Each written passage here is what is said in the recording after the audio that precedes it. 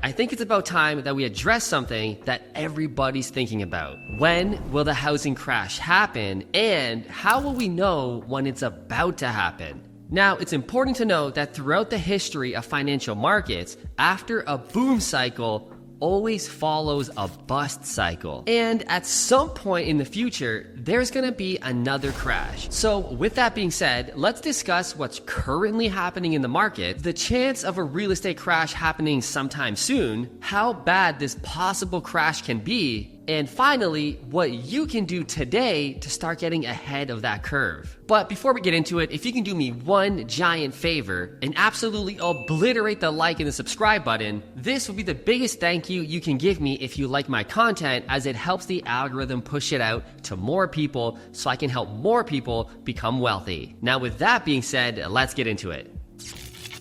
So before we talk about all the TikTok boys' theories about what's gonna happen, how the crash is gonna look like, we gotta talk about what's happening right now. And when it comes to the real estate market specifically, which is what I'm an expert on and this video is about, buyers are very, very weary about getting into the housing market, but they're also very, very eager about getting into the housing market. Now, the reason for this is no secret. Interest rates are super high, the highest they've been in about 30 years, and before buyers jump into the housing market with their realtors, they want to make damn sure that at least they think interest rates aren't going up anymore this day forward. And they want to have a decent idea of when they're probably going to start coming down in the near future. Now, let's just be real. Let's just be logical for 1 second. Put aside our biases of, oh, the real estate market is going to rocket. No, the real estate market's going to crash. Let's just be logical for 1 second. What do you honestly think is going to happen in the real estate market as soon as the first rate cut happens?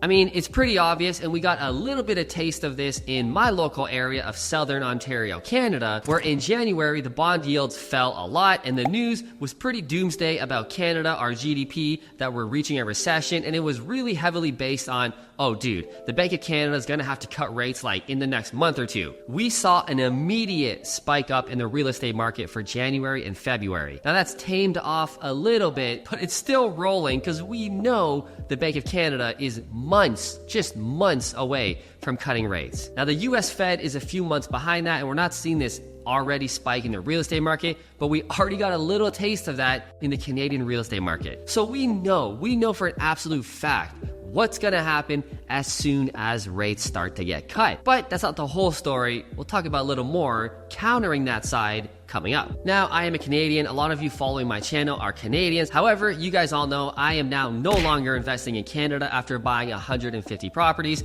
We're now investing in the US because cash flow is better, prices are so much lower, the economy's better, it's more of a capitalistic society, but more so because the economy is way more rock solid. And we're seeing that play out right now. The US economy is doing decently well, the data shows, we'll talk about that in a sec, compared to all the other G7 countries, France, UK, Germany, Canada especially, Australia. These countries are in recession or teetering about just entering a recession, while it looks like the US is just partying, baby. I mean, so far, GDP numbers are good, job numbers are good, consumer spending is holding up, consumer savings is holding up. This is all bullshit if you know and how to peel the onion and look at the live data that we talk about all the time on this channel. But the way the government calculates their GDP data and all of their reports, it's making it look like the US economy is, yeah, taking a little bit of a hit, maybe a little bit of a slowdown, but more so, it's just rocking on. Now, for example, if we look at the job numbers specifically, a lot of the job numbers that are created are part-time positions, which give the indication that people are likely getting second jobs, or most of the jobs that are being created are just low-paying part-time jobs, and public sector jobs are growing like crazy, meaning government jobs. Of course, the government is always growing, it's like a cancer. But when you look at the private sector job, which is the most important, it's flat to dead. And in Canada specifically, it's actually going negative. Yeah, that last crazy blowout jobs report in Canada that sent the market going crazy, yeah, the private sector actually lost 12,000 jobs that month, and all the job gains were kind of like what we're seeing in America, part-time jobs and government jobs. So it's kind of like this weird Ponzi scheme bullshit where maybe if you're a conspiracy theorist and you want to put your tinfoil hat on, the government knows they're in shit, but they're propping up the numbers with all these crappy jobs, government jobs. While we know the government is stupid, we know they're not actually all that stupid. We talk about unintended consequences all the time about economics and the real estate market on this channel, but there's got to be some truth to it that unintended, yeah, bullshit, it's intended. Jerome Powell, all these guys that work at the Fed, they know we're in a disinflation environment and leading towards deflation, which is going to absolutely destroy this inflation argument of staying longer for higher. But by reporting the data the way they do, it buys them time because they know they really can't cut rates just yet.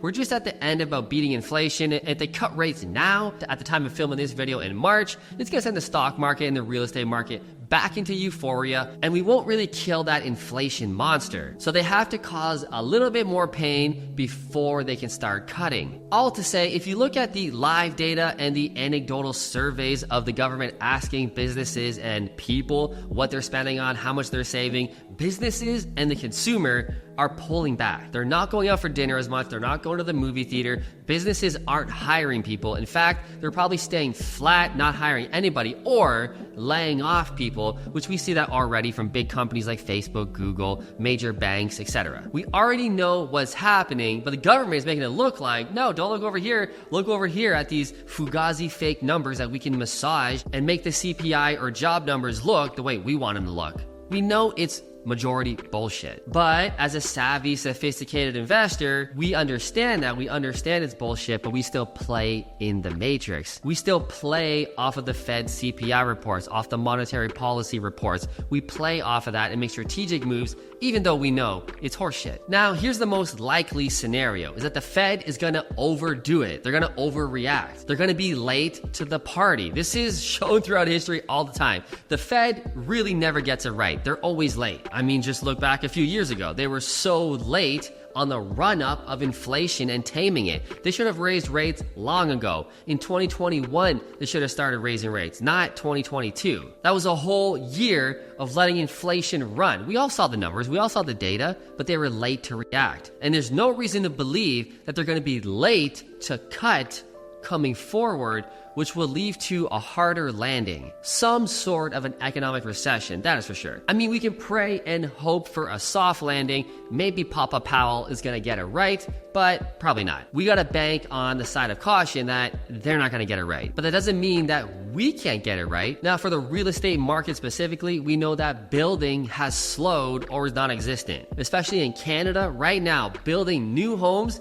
is pretty much non-existent. Now, I know you're gonna say, well, I see builders in cranes everywhere. What you're seeing is old projects that have already started a year or 2 years ago, and they gotta finish. I'm talking about new starts. With interest rates being at all-time highs, builders know, well, there's not really any buyers in the market right now, so I'm not gonna start building at the bottom of the market and sell my plot of land, sell my house that I have to build a year or two later when prices are almost evidently gonna rise a ton. I'll be better off to sell this a year or two from now, so I ain't selling it now. And again, on top of that, with buyers not really interested in the market, that's not gonna happen. What you may be seeing as well is builders who don't sell their property up front. See, most builders sell their house on day one, before shovels even hit the ground, so they can get money and get financing from the bank to actually build that house. Now, if you're seeing a builder who's actually pretty smart, they're gonna start building that house now when labor is low, when costs are low, and they're gonna sell that property once it's finished a year or two from now.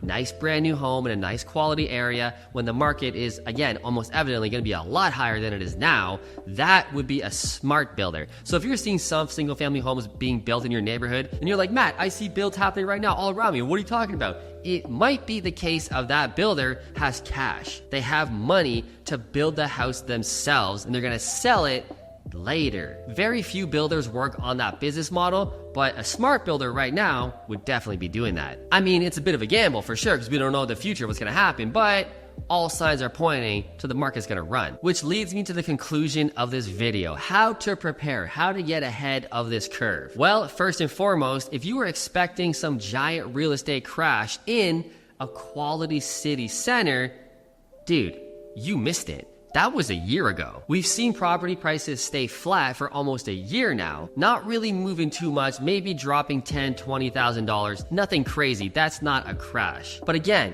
what do you realistically think is going to happen as soon as rate cuts happen, which we know for Canada, dude, we're 1 to 2, 3 months max away from that happening.